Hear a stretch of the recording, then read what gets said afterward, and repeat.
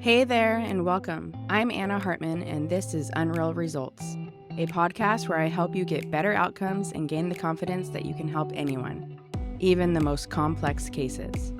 Join me as I teach about the influence of the visceral organs and the nervous system on movement, pain, and injuries, all while shifting the paradigm of what whole body assessment and treatment really looks like. I'm glad you're here. Let's dive in. And welcome to another episode of the Unreal Results podcast. Here we are again, another week, another pod. I think I talked about it last week, but the doors opened to the next two in-person courses. There's one in-person LTAP level 1 courses. There's one in Washington, D.C., June 15th and 16th. It already has 9 people enrolled. Usually my target is about 20 to 24. Sometimes I can go a little higher depending on the space. I have to double check the space size though. So have the assumption that full is 20 people. And so almost 50% full already. So if you want in the next in-person course, I would enroll now, sooner than later. Then the other one this year will be November 2nd and 3rd in San Diego. So yeah, 2 more options to get in the in-person course. With that said, the next online course is starting the end of April, which means that I'm opening the doors to the results cheat code this week, and likely the day this podcast drops. So make sure that you check that out in the show notes. So I know Joe will link that for me. Both the results cheat code course as well as the LTAP in Washington and the LTAP course in San Diego. So this year, the results cheat code, I'm changing it up just a little bit.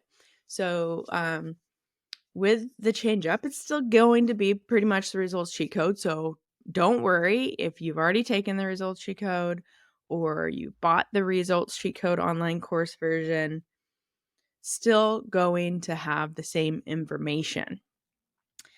It's going to be a little less though, because as I've found,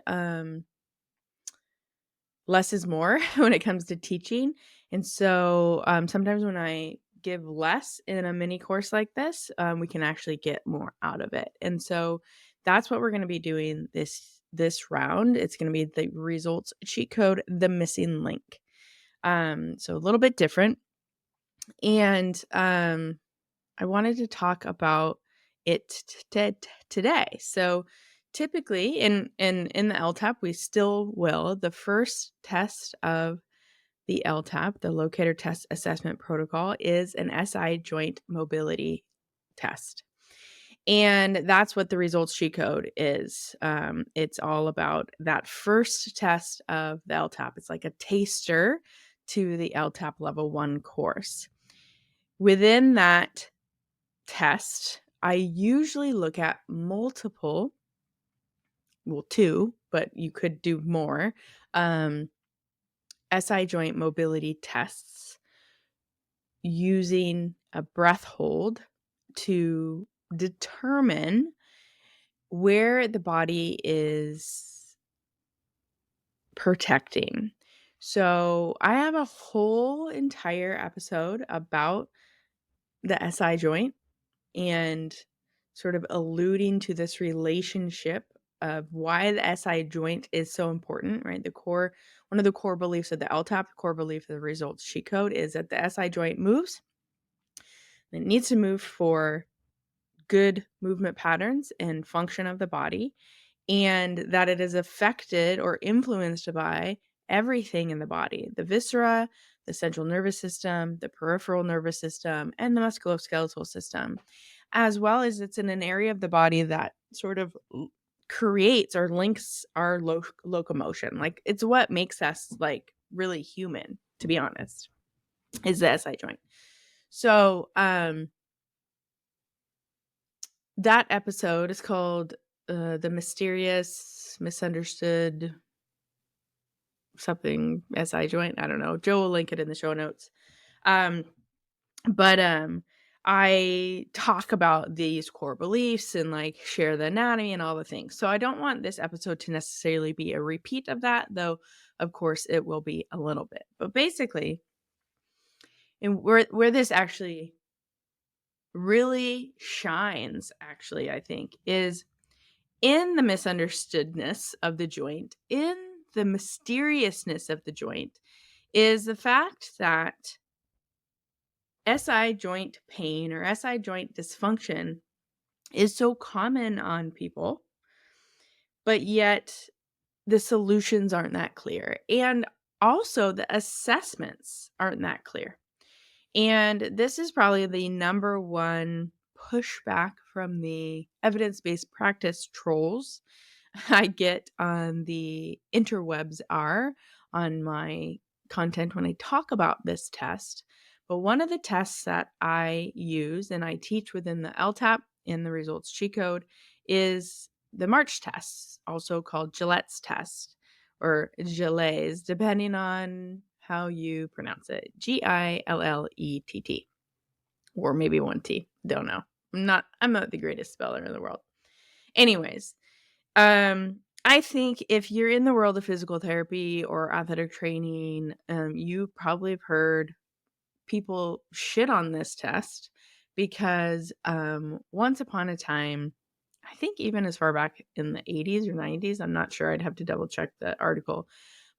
But there was an article that basically said or showed that this was not a reliable or valid test. And so a lot of times when I say that I use this as a test to sort of, I describe this test as a traffic cop.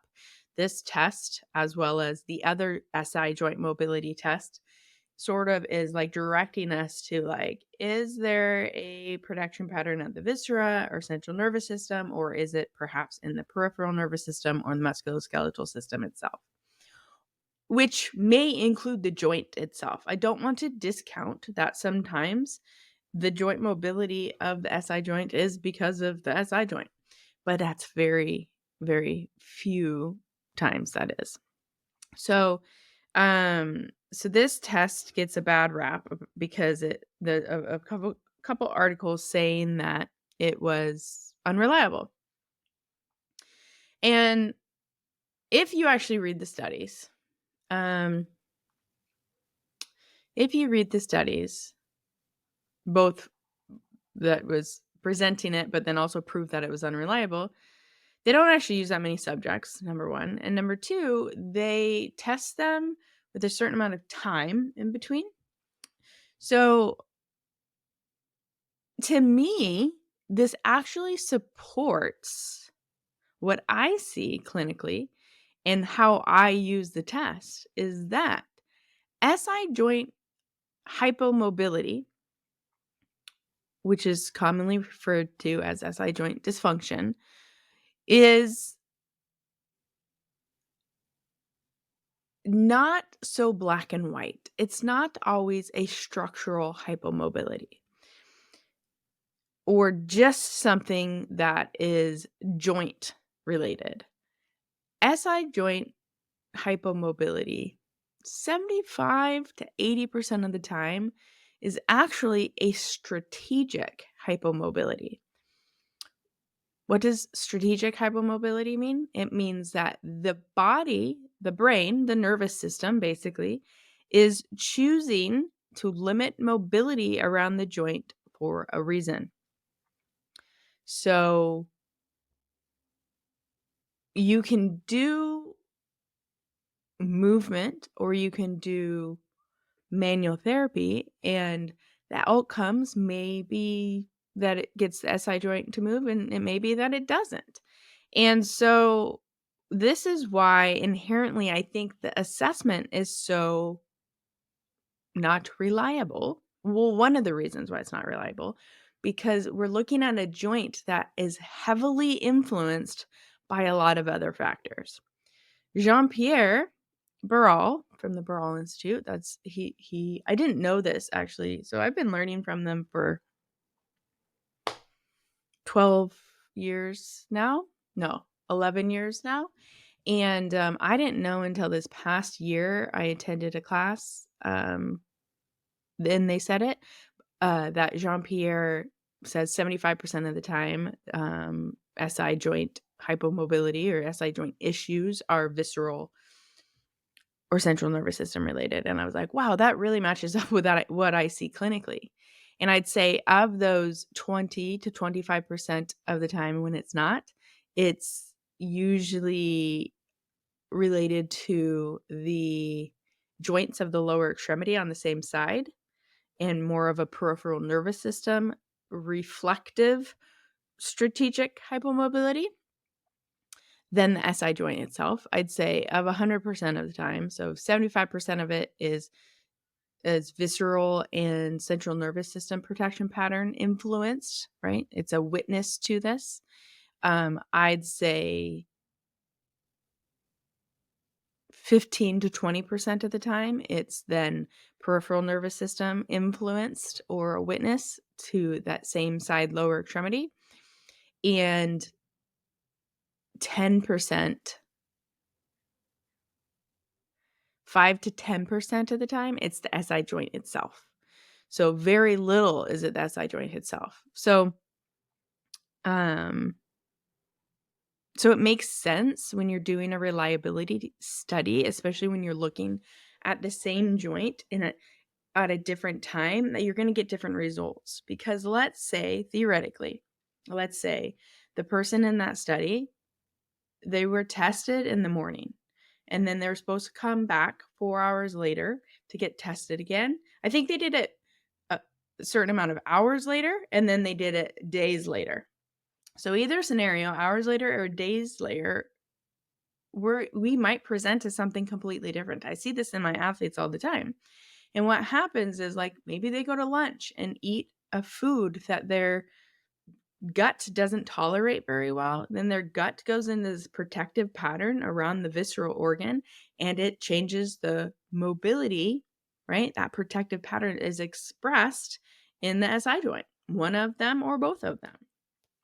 And so literally 4 hours later, this person could have a different mobility experience in their joints. And especially 4 days later, anything can happen, right? So inherently, joints like that are very much correlated to being witnesses for the viscera and for the nervous system. It's hard to sort of nail down a true mobility test of their structure. So this too, the other reason why it's not reliable, perhaps a reason why it's not reliable, the test was tested on like graduate level students, right? Graduate level practitioners, not seasoned practitioners. And I gotta say, after teaching for the majority of my career, right? So I've been an athletic trainer now for 22 years, and probably 18 of those years I've been teaching other professionals, physical therapists, athletic trainers, strength coaches, massage therapists, chiropractors, like all of the different professionals that touch people's bodies. And the palpation skills, the level of good palpation, understanding the anatomical topography is subpar. And that's probably being generous, to be honest. And so this test relies upon very good palpation skills. And not only very good palpation skills in terms of knowing the anatomy, seeing it, feeling it, but then feeling movement and like understanding how touch is. We're asking a lot of very unseasoned professionals. And even, to be honest, seasoned professionals get this wrong on a regular basis. So That's one thing. As well is why it's like I wouldn't doubt that it's not reliable in most clinicians. But this is why we have to do better. Period. I find that the March test is very helpful for me. And then this past year, like I said, I took a new class at the Brawl Institute. It was manual articular of the spine and pelvis, and we went over the Gillette's test in a new way. And it was just even more highlighted on, wow, people don't know what they're doing when they're palpating. So, and this, we break it down when I do in-person courses. The in-person LTAP is great for this. And the in-person mastermind I do with my alumni is like so great because I can watch them palpate things and I can see what's happening. So, when it comes to the March test, traditionally the March test, like the most basic form of Gillette's test, one finger is on the PSIS and then one finger is on L4, L5, or S1.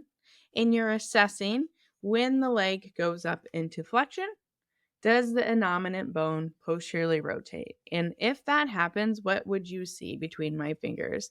Is this finger would move down or away from this finger. That's a normal mobility test.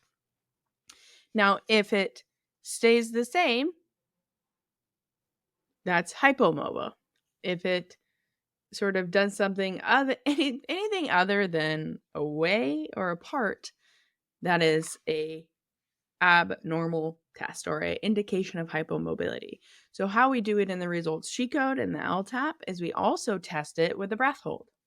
Now with the breath hold, if you go from it doesn't move to all of a sudden it moves, that's indicative to a visceral and central nervous system influence strategically creating a hypomobility. When we do a little gentle breath hold, we're increasing the pressure enough within all the cavities of our viscera to improve the proprioceptive information from them to our brain, to our insular cortex, that the brain has a better idea of what's going on in space and goes, oh, okay, we don't need to protect and lock down everything. We can grant that mobility back. And so that's when you see the mobility change. So if you do a breath hold and nothing changes, this means that something else is influencing this mobility, likely down in the leg itself and then I talk about this in that original podcast about the SI joint, from this reflexive connection of the peripheral nerves. So there are 5 peripheral nerves that innervate the SI joint. And so that is many different lines of communication from the rest of the leg that can tell the SI joint to strategically that it needs to protect itself, that it's not safe to move. So, and then of course, if that's not the influence, then it's the joint itself. And then that is actually when you learn about the rest of Gillet's test or Gillette's test, is not only do we assess these upper ligaments, right? The iliolumbar ligaments, the ligaments that go from the ilium to the lumbar spine, but now we assess the ligaments that go directly from the sacrum to the ilium, and then the sacrum to the ischial spine, and the sacrum to the ischial tuberosity. So we then can break down very specifically what line of ligaments, what specific ligament is not allowing the mobility of this joint to happen. And you would be surprised sometimes how like one little area of induration or like stiffness in the ligament can affect the entire mobility. And so that's why it's really good to get specific on which ligament. But we only need that specificity in that 5 to 10% of the time when it's actually truly a structural issue. And what's likely, we usually have a combination of a strategic and a structural hypomobility going on, because over time, a strategic hypomobility can lead to that tissue induration, tissue stiffness from lack of movement through there, and then you get a structural hypomobility. So they can go together, but oftentimes you alleviate a lot of the movement problems, you alleviate a lot of the pain when you can affect the strategic part first. And then once you affect all the strategic parts, then you can get very specific and precise to what ligament line it is in the actual SI joint ligaments itself that needs to be addressed from a manual therapy standpoint to get that joint moving fully. So, you know, this is the thing. So even though those articles came out years ago about how unreliable this test is, it is still the gold standard of being one of the main tests to look at SI joint mobility. It is still a test that is taught in most physical therapy and athletic training schools today. That doesn't mean anything too much because we know it takes like 20 years for information to sort of like get into practice, but also part of this why it's still taught is because there hasn't been another test that has proved to be any better. And this, again, is more evidence towards the fact that maybe it has nothing to do with the test, but the understanding of what actually influences the mobility of the SI joint. And this is where the results cheat code comes in. And this is why it's a missing link, because it is actually can be such a powerful thing for us to witness this influence of the viscera, this influence of the central nervous system, this influence of the peripheral nervous system at a joint, because it becomes a very objective thing to see this influence. So, yeah, I'm trying to think, like, is there anything else I wanted to share about that? Not really, other than like, let's stop just well, let's just stop being evidence-based police. But then also, like, let's look at the evidence that you're using to police me or police people, and actually let's look at it thoughtfully with intention and understanding, always going back to the anatomy and understanding, like, well, what are some possibilities of why this test wouldn't be reliable? And in fact, even in the study, they talk about the level of skill of the people doing the study. It's also a very small study. But I think we need to, appreciate that when you can take a new lens of view like we do around here, looking at the body as a whole organism, not just the musculoskeletal system, when we can consider the viscera, when we consider the central nervous system, when we consider this fundamental drive for survival and everything we do being related to safety in the nervous system and surviving, then you actually have to be forced to look at joint mobility in a different way, then you could understand why something like this and a joint like this that tends to be a witness to those things, why it is inherently always going to be unreliable, because it's always changing and fluctuating. Within one session of treatment, you'll see this too. This is probably one of the coolest things of the LTAP, doing the LTAP, is you get to see just how fluid SI joint mobility really is as you sort of peel back the layers of projection pattern. So hopefully that gives you some food for thought around this. I'll be obviously talking about it a lot more in this round of the results cheat code, the missing link. And remember, that's a free mini course. So I'd love for you to join. If it doesn't work out for you, no big deal. It also, the original results cheat code online course is always available for purchase on my website. In that course, you get both SI joint mobility tests. So in this results cheat code, the missing link, we're just going to dive into the March test and get really good with that. And one of the simple ways we can get really good at it is once we find our landmarks, and we've pushed really hard to find our landmarks, to let up on the pressure on your hands so you can feel the fine movements of the bones underneath your hands. Part of the problem is when people palpate, they stay so much pressure that then they miss the subtle movements happening underneath their hands, because all their brain can feel, all their proprioceptors in their thumbs can feel, is the pressure that they're creating. And so just getting really nuanced with that will be helpful to train our hands. And once we can train our hands in, we'll also be able to train our eyes in, that we can see this kind of movement even in virtual settings or without being hands-on too, which is, part of the reason I use the March test in this assessment is to make it accessible for non-hands-on practitioners. So lots to dive into. Hopefully it gives you some insight into this test is actually a pretty darn good test. We just need to get better at doing it and dialing in our palpation skills, dialing in our anatomy skills, dialing in our understanding of a truly whole organism lens of view, and dialing in our touch skills. So I hope you'll join me for that free mini course. And if you haven't already listened to that first podcast, please do so. Have a great day. We'll see you next week.